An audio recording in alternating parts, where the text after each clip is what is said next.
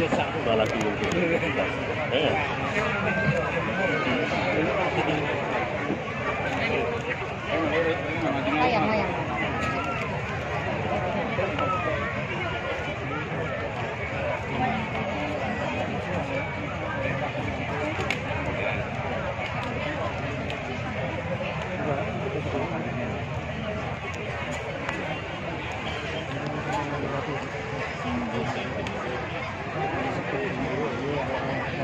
Boleh beri tepuk tangan yang meriah.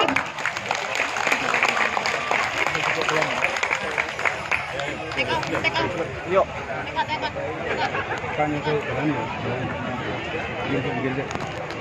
Pemakaman tumpeng selesai dilanjutkan dengan pernyataan tokoh wayang. Kayak kemungkinan jalan.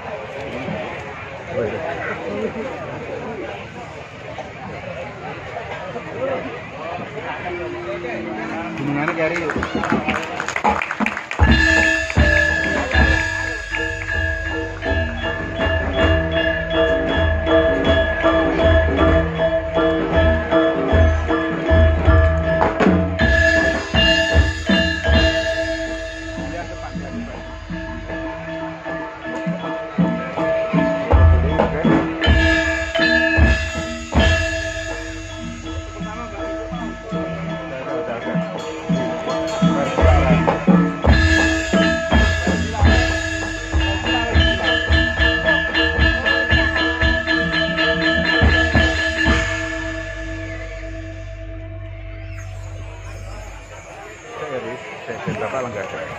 Penyerahan tokoh wayang selesai. Selanjutnya pada kita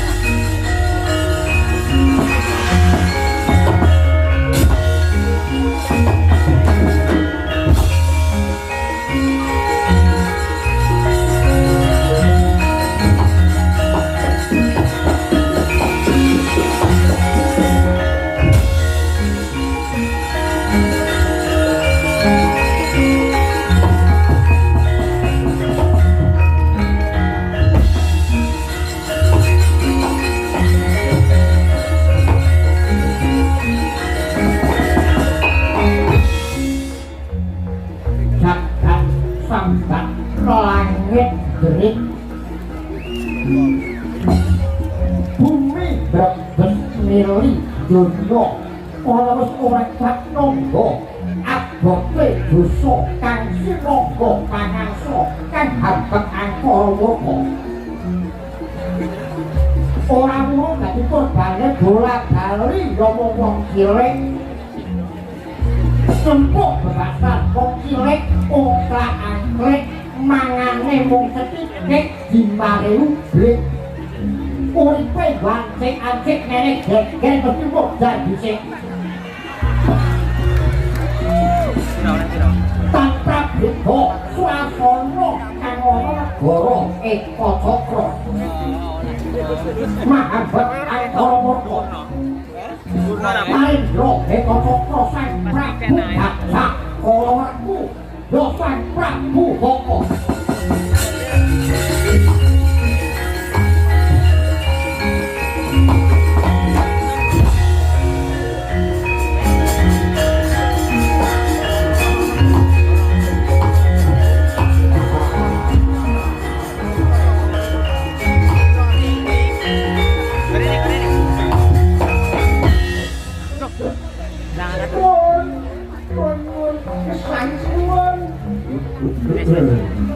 manut dina iki suara kamu ning kelakuan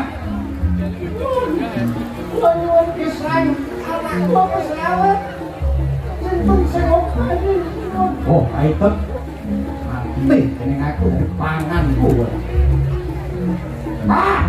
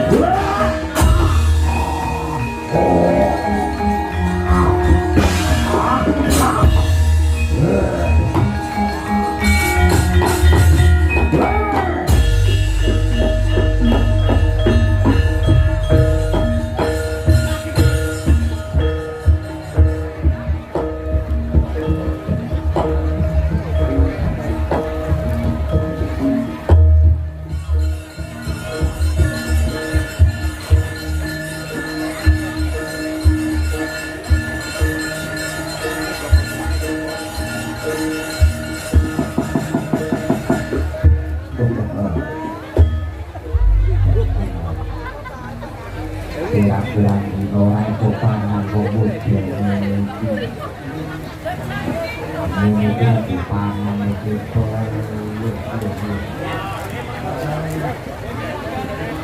boleh tapi pangan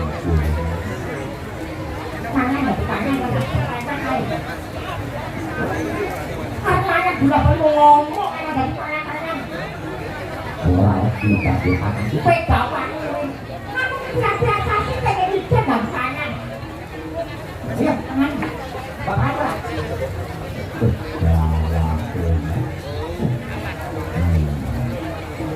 ini cerita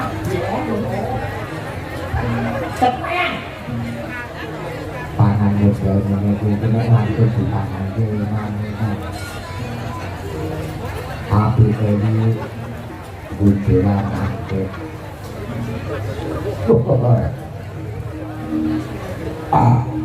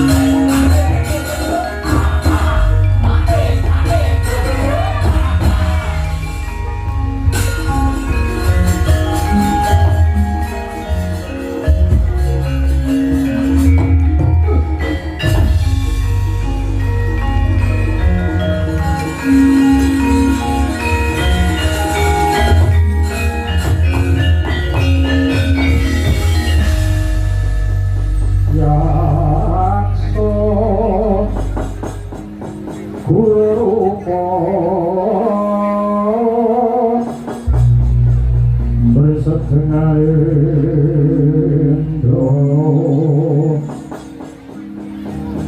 yakso pelaku kamawayaling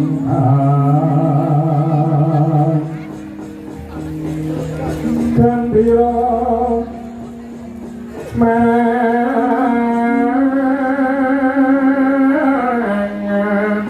Panisesium Mantu Prabu Yesus Atrake Ampo Kulo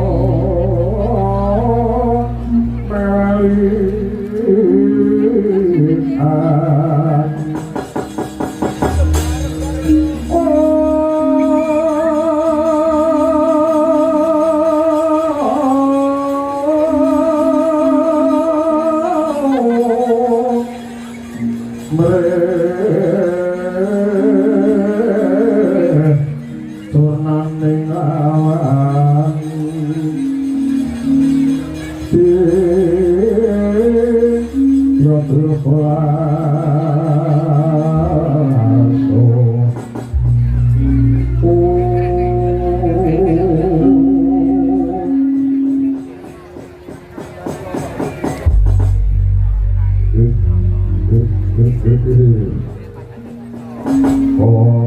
Iwan Kolodro Manik Ojo Diwadu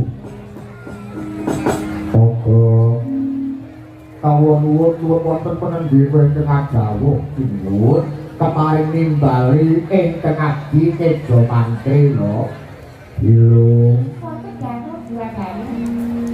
kepenak no dhisik anggon mulungguh yoga aku bakal lawan pangandikan kalawan Patih Todoyaso kawula napa nggih pangraosipun boten kirang prayogi pamarak kula mengkoto Patih Todoyaso kawula napa nggih wonten timbalane kang dawuh sinuwun dene wiji pisanipun ing abdi kepabian dudu dina pasewakan sira kabeh tak tibali sowan marak ana ngarasane ingsun olane wektu dina iki ora matang ana katon nanging matang ana ing paningrate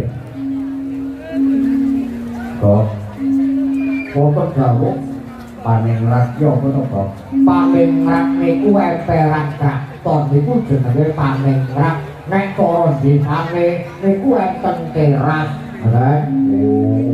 oh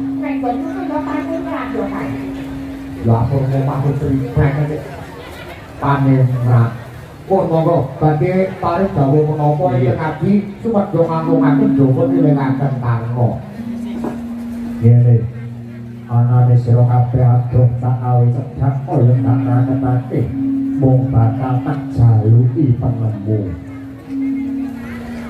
pate wonten dawuh sinuwun penemumu piye upamane dina iki aku bakal munggah kayangan lho rasanipun aku bakal bukat marang dewa lho bukat bab perkawis napa lho ngene pranyata menawa dewa kuwi ora adil Gusti kuwi pilih kasih lho nalaripun akeh negara ing madya padha kawulane saya suwe saya ngrembaka negarane saya adil saya makmur parandene beda kalawan negara Ngecakra negara Ngecakra iki kawulane saya suwe saya entek negarane ora malah makmur nanging malah saya bubrah kuwi ngono panatondo menawa dewa kuwi ora adil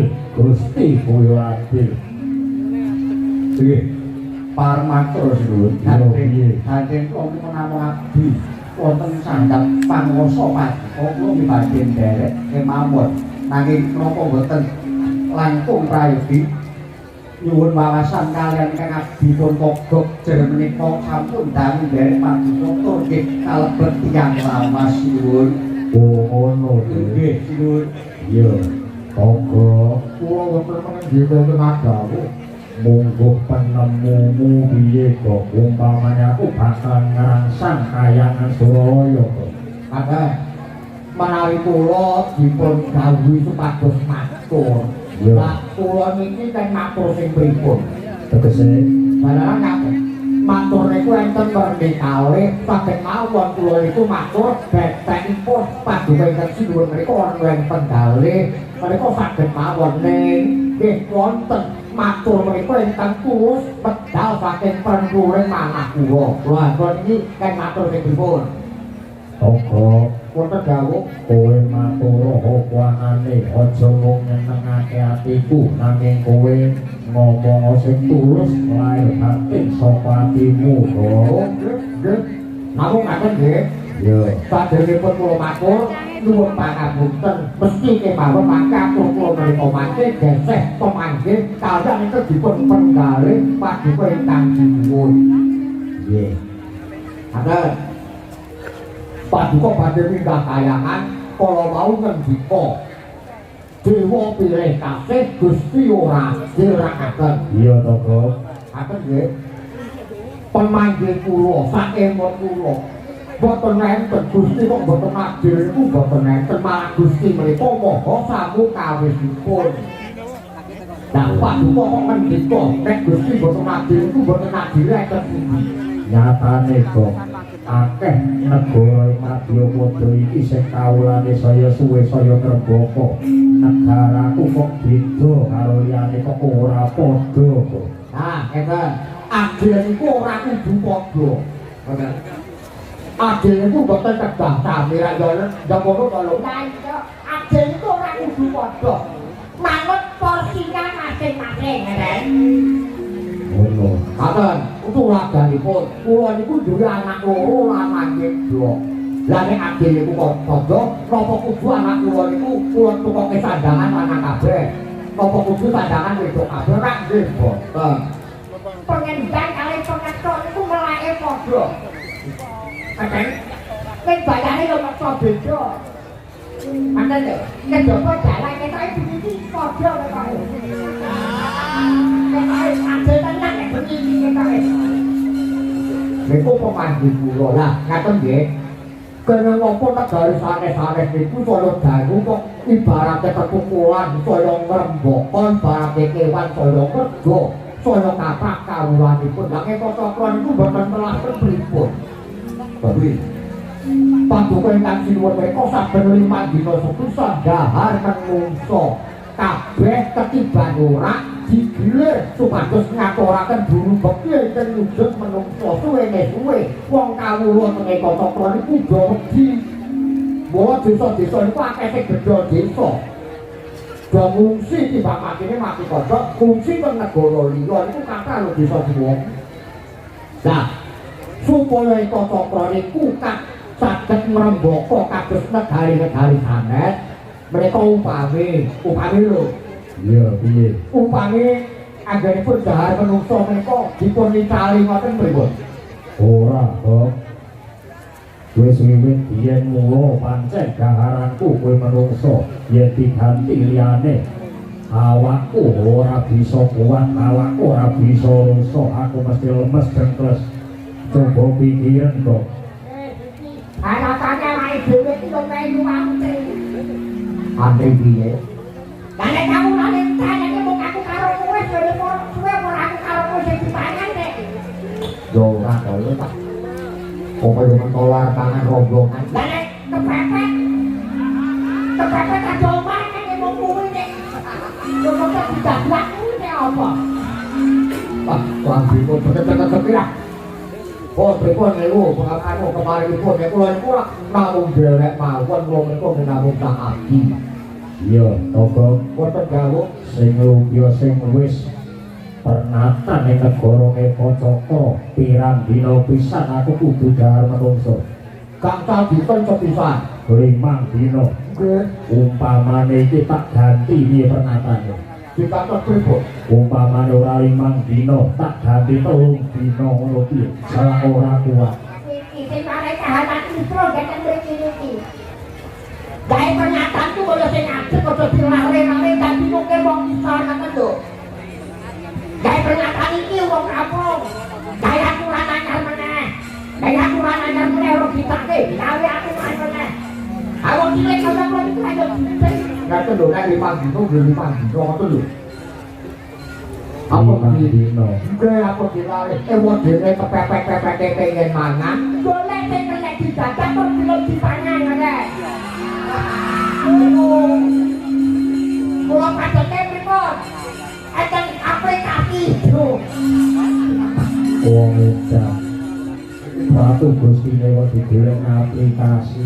Lah biasane nek nyoba ngoten niku. Padoni jarang terkenal.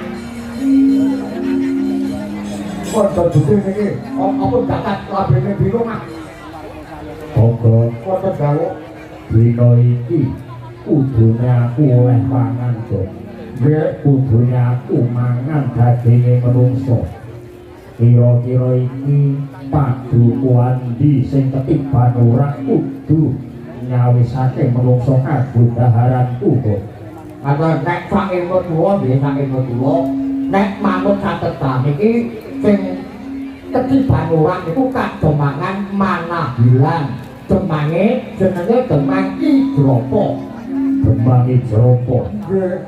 Nanging ada lumpuya tulung dina sakurunge padahar menungso kuwi wis diaturake ana ngarsaku dilebokke ana pakunjaran. Ya dene nganti tekan dina iki durung ana kok. Lah menawa nek bolane pangan sampean yo ora plane pangan iki. Wong katake dina iki ada dipangan dhewe dilak-dilak. Kadang kena niku lho, kena efisiensi anggaran niku lho. Dek, di alun-alun pripun prayogipun lampah ngaten kemawon. Wis prayoga dhisik ya kok. Dek, Pate Krodayaksa. Pate yo budak. Mula telepon lagi yo teko. Matane. Monggo kula dherekaken badhe tindak pundi nuwun. Arep nyang ndi? Boten kereta to. Kereta ampun naskah. Nyuwun pangapunten kula keturun.